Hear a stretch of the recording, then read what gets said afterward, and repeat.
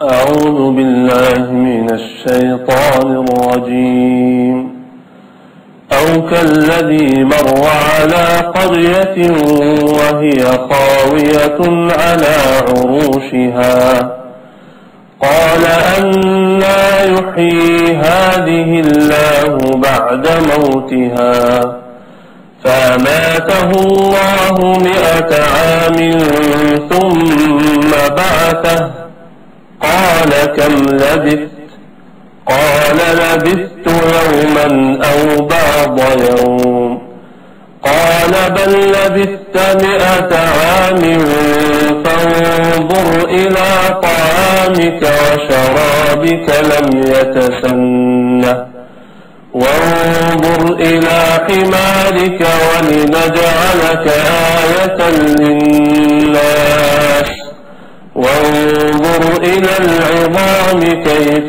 ننشزها ثم نكسوها لحما فلما تبين له قال أعلم أن الله على كل شيء قدير صدق الله العظيم.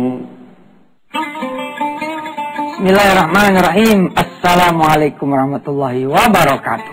Alhamdulillah. Ya itu dah, saya pengen nerusin lagi nih tentang sholawat ya, juga tentang Rasulullah SAW. Tapi kita harus berpindah tema agar kaya tema kita dengan tema-tema yang lain. Tapi saya punya solusinya buat pemirsa semua ya.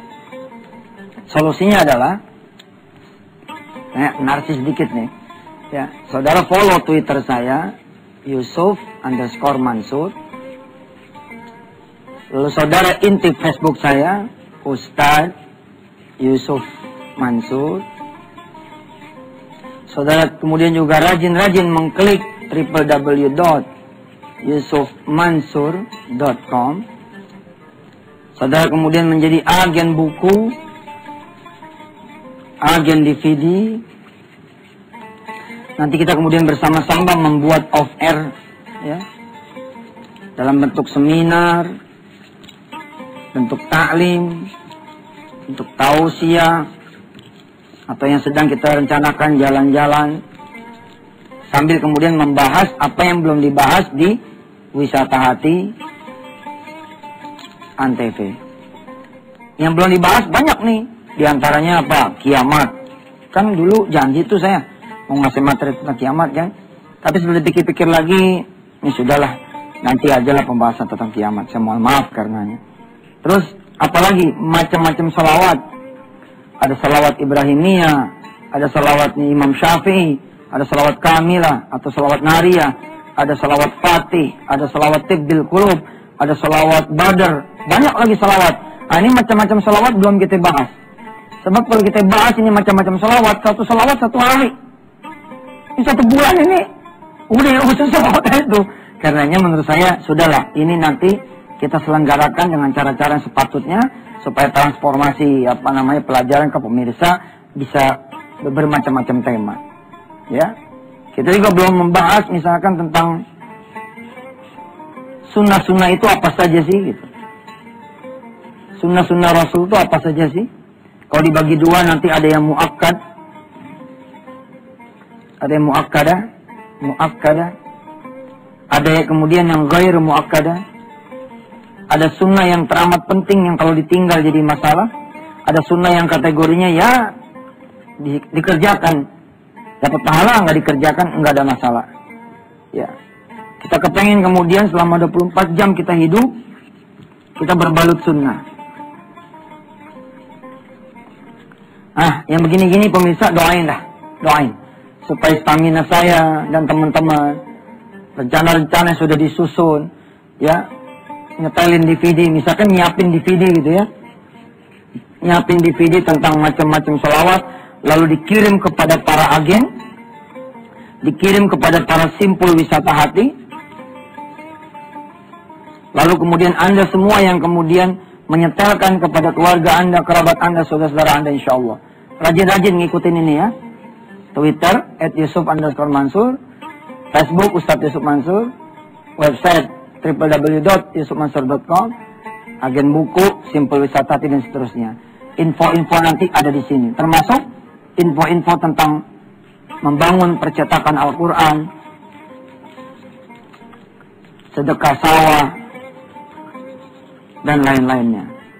Kita berdoa dulu yuk, sebelum kita beralih ke tema yang berikut ini. Kita berdoa dulu pemirsa. Mudah-mudahan apa yang sudah kita kaji selama ini, sampai yang terakhir kemarin Jumat adalah tentang sholawat. Mudah-mudahan nambah ilmunya, tapi yang lama ini dipakai. InsyaAllah doakan saya juga, mudah-mudahan saya yang menyampaikan pun memakai ilmu yang saya ajarkan kepada diri saya dan kepada saudara semua. Mari kita berdoa bersama-sama. Bismillahirrahmanirrahim. Allahumma salli ala sayyidina Muhammad wa ala ali sayyidina Muhammad. Ya Allah, terima kasih. Engkau telah menganugerahkan acara pengajian, acara belajar, majelis ilmu, wisata Antv ini kepada saya, kepada segenap pemirsa semua, dan kepada orang-orang yang terlibat di acara ini, dari para kru, staf, karyawan Antv, dari keluarga besar Antv, mulai dari paling atas sampai yang paling bawah. Maka ya Allah, jadikanlah acara ini manfaat buat kami, buat keluarga kami, anak-anak turunan kami, sahabat-sahabat kami, teman-teman kami, orang-orang tua kami, dan segenap penghuni alam ini ya Allah. Ya Allah ya Rahman ya Rahim, terima kasih Engkau telah menghadiahkan kami ya Allah jalan untuk menuntut ilmu. Mudah-mudahan dengan jalan menuntut ilmu ini Engkau angkat semua kesusahan dan kesulitan kami. Engkau anugerahkan kepada kami ya Allah kabulnya hajat dan doa. Engkau hadiahkan kepada kami iman yang benar, Islam yang bagus, amal soleh yang meningkat, ibadah yang istiqomah, rezeki juga yang luas, badan yang sehat, umur yang panjang lagi sehat dan taat. Kemudian ya Allah kami minta juga kepadamu ya Allah agar kami wafat dalam keadaan husnul khatimah. Engkau jadikan kubur kami lapang ya Allah menjadi surga. Engkau kumpulkan kami bersama Rasulmu ya Allah, hingga nanti Engkau dudukan kami juga bersama Rasulmu Nabi besar Muhammad sallallahu alaihi wasallam dan keluarga dan sahabatnya, sekeluarganya. Dan juga ya Allah Engkau perkenankan kami yang dhaif ini, yang lemah ini, yang hina ini, yang banyak dosanya ini, kelak bisa melihat wajahmu dalam keadaan Engkau ridha pada kami ya Allah. Rabbana atina fid dunya hasanah wa fil akhirati hasanah wa qina adzabannar. Walhamdulillah rabbil alamin. Pemirsa dirahmati Allah, jangan kemana-mana. Habis ini kita akan mulai masuk ke bab yang menurut saya insyaallah ini menyenangkan, yakni bagaimana kemudian semua bisa jadi pengusaha. Kembali lagi bersama Yusuf Mansur di Wisata Antv. Di bagian pertama ini,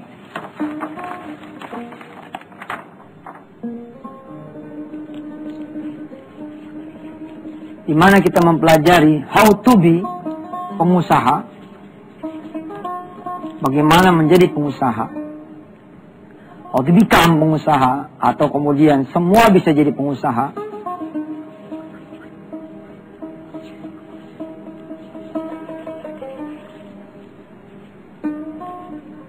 Di bagian yang pertama ini saya ingin mengingatkan bahwa tidak ada kedudukan yang lebih baik antara pengusaha dan pekerja kecuali mereka yang bertakwa pada Allah Subhanahu wa taala. Artinya tidak benar kalau kemudian menjadi pengusaha itu lebih baik daripada jadi pekerja. Itu kalimatnya masih ngeblur. Harus ada komanya gitu. Menjadi pekerja yang soleh akan jauh lebih hebat daripada pengusaha yang tidak soleh. Menjadi pekerja yang rajin sholat malam, sholat duha, senang berbakti kepada orang tua, senang berderma kepada sesama, lebih baik daripada seorang pengusaha yang tidak ingat kanan kirinya, tidak ingat keluarganya, tidak ingat orang tuanya, tidak ingat kepada Allah dan Rasulnya. Ustaz, kalau ada pengusaha yang sama-sama dengan pekerja, artinya dia seorang pengusaha yang juga kemudian banyak amal solehnya, banyak juga kemudian ibadahnya, banyak dermaknya, lebih bagus dong daripada pekerja. Menurut saya tidak, sama saja. Asli nggak ada itu klasifikasi berdasarkan kemudian perasaan kita. Perasaan kita dengan jadi pengusaha kita bakal lebih bagus. Bisa apa pengusaha itu kalau kemudian tidak ada pekerja? Jadi jangan merasa kemudian jadi pengusaha dia lebih baik daripada mereka yang bekerja. Tidak begitu. Maka di bab yang pertama ini, di bagian yang pertama, saya dudukkan dulu otaknya nih. Sehingga maaf ya, seorang tukang cuci piring di warung penyet. Nah, sekalian promosi nah. tukang cuci piring di warung penyet, apakah dia lebih berharga ketimbang Mas Jody, Mbak Ani, yang diamanahkan oleh Allah sebagai owner? Apakah kemudian seorang tukang cuci piring yang bekerja di warung penyet, derajatnya lalu lebih rendah daripada seorang Mas Jody dan Mbak Ani yang diamanahkan oleh Allah menjadi seorang owner daripada warung ini sendiri? Jawabannya adalah tidak sama sekali. Kalau nggak ada yang nyuci piring, bisa jualan. Pelanggan yang kami cintai, hari ini tukang cuci piringnya tidak masuk. Bila Anda berkenan, monggo cuci piring sendiri. Kira-kira gimana tuh? Kira-kira gimana? Artinya apa? Artinya dudukin dulu nih visi misi yang benar. Bukan karena, oh saya nih tanjung usaha supaya lebih hebat lagi. Nggak begitu, bos. Bahwa kesempatan kemudian orang yang kalau jadi pengusaha bisa jadi lebih banyak lagi daripada pekerja, benar apa tidak? Ini pun saya benerin juga. Nggak bener juga. Emangnya seorang pekerja tidak bisa kemudian dia membangun masjid? Karena nggak punya duit begitu, seorang pekerja boro-boro bangun masjid, bangun rumahnya dewek, nggak mampu. Bagaimana dia bangun masjid? Itu karena dia tidak tahu caranya. Tapi kalau dia tahu caranya, insya Allah seorang yang miskin pun bisa punya masjid. Nggak percaya? Ikutin terus dah acara wisata TNTP. Insya Allah kita akan urai satu demi satu. Di bab satu ini, di bagian satu ini, saya ingin mengatakan hal yang ini. Maka tidak ada seorang pengusaha yang bisa menginjak seorang karyawan. Tidak ada seorang yang kemudian karyawan merasa lebih hina, lebih gimana gitu. Aduh, saya mah cuma karyawan kecil, Ustaz. Gak ada, ini pikiran kita aja yang membuat kita jadi besar, kita jadi kecil. Kita jadi besar, kita sombong, kita jadi kecil yang merasa dari putus asa. Gak ada.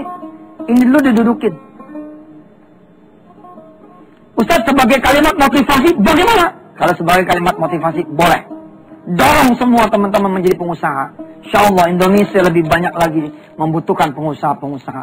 Karena jumlah pengusaha di Indonesia ini relatif masih sedikit. Sedikit, sangat sedikit.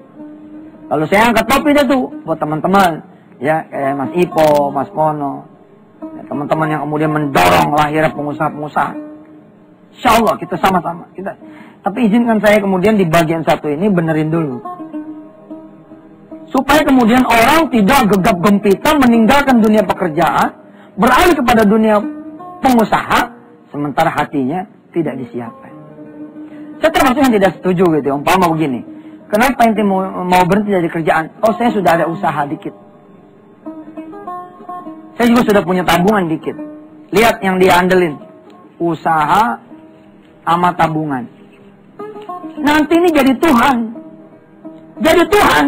Manakala kemudian dia benar-benar berhenti, lalu usaha ini tidak jalan, tabungannya juga ditipu sama orang. Akhirnya apa? Kerja enggak, jadi pengusaha juga kagak. Lontang-lantung aja udah. Yang mesti disiapin di bagian bab satu ini dulu. Apa? Hati. Visi misi. Tujuan. Kenapa ente harus jadi pengusaha? Begitu kira-kira. Ustaz, nggak menarik pembahasannya. Kan kalau mau menarik itu ya, orang dibikin jadi kaya, orang dibikin kemudian jadi sukses, orang dibikin jadi begini dan begitu. Justru menurut saya ini yang penting, saudara. Saat ini bila saudara menjadi seorang karyawan pun, bila saudara punya hati yang bersih, tulus, ikhlas karena Allah, saudara menyadari bahwa saudara ada bagian besar dari satu unit usaha, maka insya Allah kedudukan saudara sama di mata Allah SWT dengan owner dari sebuah perusahaan. Owner dari sebuah pekerjaan, owner dari sebuah perniagaan. Begitu saudara. Kalau sudah benar nih, nah mulai kita melangkah. Tapi dia pengen tetap usaha, dia kan pengen perbaikan diri. Iya saya bilang, iya perbaikan diri maksudnya bagaimana? Kalau cuma pengen beli mobil, nggak usah jadi pengusaha juga bisa punya mobil.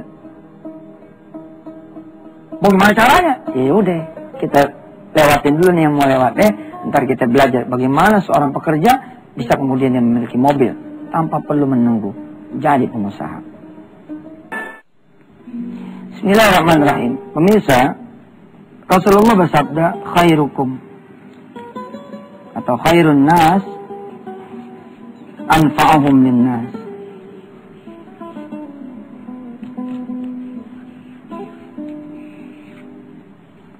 Sebaik-baik manusia adalah kemudian yang bermanfaat buat manusia yang lain. Jadi saya termasuk yang mengatakan bahwa kalau menjadi pengusaha dengan niat pengen kaya, aduh mas, ente jadi pekerja juga bisa kaya, beneran. Tapi kan saya pengen punya mobil, Ustaz. Kalau saya jadi pekerja dari mana juga saya punya mobil? Ente tuh udah miskin, Tuhan ente pekerjaan lagi, makin payah kan. Orang miskin pengen punya mobil, udah belajar kan di wisata ATV, gimana caranya? Salat dong 2 rakaat. Ya Allah saya salat Tuhan, saya pengen mobil. Biar hujan kagak hujanan, panas kagak kepanasan. Biar saya bisa bawa orang tua saya pergi pulang kampung. Kapan aja dia mau jalan di jalan, saya siapin tuh kuncinya, sama sopirnya, sama bensinnya, sama ongkosnya. Allahu Akbar.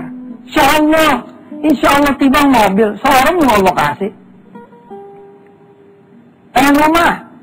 Lalu Anda jadi pengusaha, lalu Anda berpikir Anda bisa jadi punya rumah, ketahuilah saudara, berapa banyak pengusaha di negeri ini yang kehilangan rumahnya. Rumahnya diambil sama Allah SWT, disita sama bank, digade sama rentenir dan seterusnya. Sama penyakit, diambil sama rumah sakit. Artinya pemirsa, nawaitu kita pengen jadi pengusaha, benerin dulu. Pengen apa? Di antara yang bener adalah, saya pengen mergiin haji emak saya. Benar tuh. Dan pengen mergiin haji emaknya karyawan-karyawan saya. Nah buntutnya ini nih, kalau kita jadi pekerja gimana? Ya, tetap saja menurut saya punya sama gitu loh peluangnya gitu. Bedanya buntut-buntutnya nih. Kalau karyawan kan gitu. Kalau karyawan bedanya begini. Saya pengen mergiin haji emak saya dan pengen mergiin haji emaknya teman-teman saya. Ah boleh juga gitu. Artinya apa? Artinya pemirsa, di episode 1 ini, please kita dudukin dulu. Tidak ada yang lebih mulia daripada yang lain kecuali karena derajat ketakwaan pada Allah Subhanahu wa taala. Khairun nas anfa'uhum linnas. Saya pengen jadi pengusaha, Ustaz. Kenapa? Saya pengen ngajak sebanyak-banyaknya orang kampung saya bekerja. Saya pengen ngajak saudara-saudara saya sebanyak-banyaknya bekerja. Saya pengen kemudian menjadi wasilah rizki dari Allah Subhanahu wa taala yang saya alirkan kepada kanan dan kiri saya. Saya pengen subhanallah, mudah-mudahan Allah Subhanahu wa taala menjadikan saya manfaat buat ibu saya, orang tua saya, adik-adik saya, kakak. Itu dia baru cakep tuh. Kenapa ente pengen jadi pengusaha? Pengen kaya, Ustaz. Aduh. Ustaz, emang gak boleh pengen jadi kaya? Asli boleh. Asli boleh. Tapi kalau kemudian itu yang menjadi nomor 1, saya khawatir, pemirsa. Khawatir, asli khawatir. Saudara gegap gempita masuk ke ranah pengusaha, akhirnya malah menjadikan saudara miskin kuadrat. Udah mah, Anda nggak punya apa-apa gitu ya, Anda malah jadi punya utang. Keadaan ini yang saya tidak inginkan. Insya Allah ya, kita akan bahas tema berseri tentang semua bisa jadi pengusaha dan apa manfaatnya, dan mudah-mudahan Allah Subhanahu wa taala mendukung semua teman-teman di Indonesia yang terlibat aktif menjadikan semua orang-orang Indonesia menjadi pengusaha. Di antaranya boleh saya sebut sahabat-sahabat saya, Mas Ipo, Mas Mono, Mas Jody, Mas Jamil Az-Zaini dan kawan-kawan yang lain yang kemudian mendorong Indonesia untuk memiliki lebih banyak lagi pengusaha. Tentunya pengusaha yang saleh soleha, pengusaha yang kemudian tidak mau harta yang haram, pengusaha yang tidak mau maksiat di jalan Allah, pengusaha yang kemudian paham aturan halal haram, pengusaha yang tahu akhlak, etika, pengusaha yang kemudian juga bisa menghidupkan malam-malamnya dengan qiyamul lail, pengusaha yang bisa kemudian mengawali paginya dengan duha, pengusaha yang kemudian bisa menegakkan sunnah-sunnah Rasulullah sekuat tenaganya dia, dan kemudian menjadi wasilah buat orang-orang yang lain ikut kemudian menuju Allah Subhanahu wa taala. Pemirsa yang dirahmati Allah, sekali lagi di episode pertama ini mungkin mengecewakan buat saudara semua. Oh kalau begitu mah terlalu abstrak, Ustaz. Baik, menurut saya kita jangan selesai sampai di sini ngajinya. Besok kita terusin lagi kalau ada panjang umurnya, dikasih sehat oleh Allah Subhanahu wa taala, mudah-mudahan. Saya berani ngomong begini, insya Allah besok saudara ikutin pengajian yang besok nih, hari Selasa ya, hari Selasa betul. Lalu kemudian saudara ikutin betul, asli saudara bisa jadi pengusaha. Karena gampang jadi pengusaha itu, asli gampang. Pengen tahu bagaimana? Tunggu aja besok. Masih di Wisata TNTV, mari kita tutup pengajian kita dengan sama-sama mengucap ya doa kafaratul majlis, subhanakallahumma wa bihamdika Asyhadu an la ilaha illa anta, nastaghfiruka wa natubu ilaik. Wassalamualaikum warahmatullahi wabarakatuh.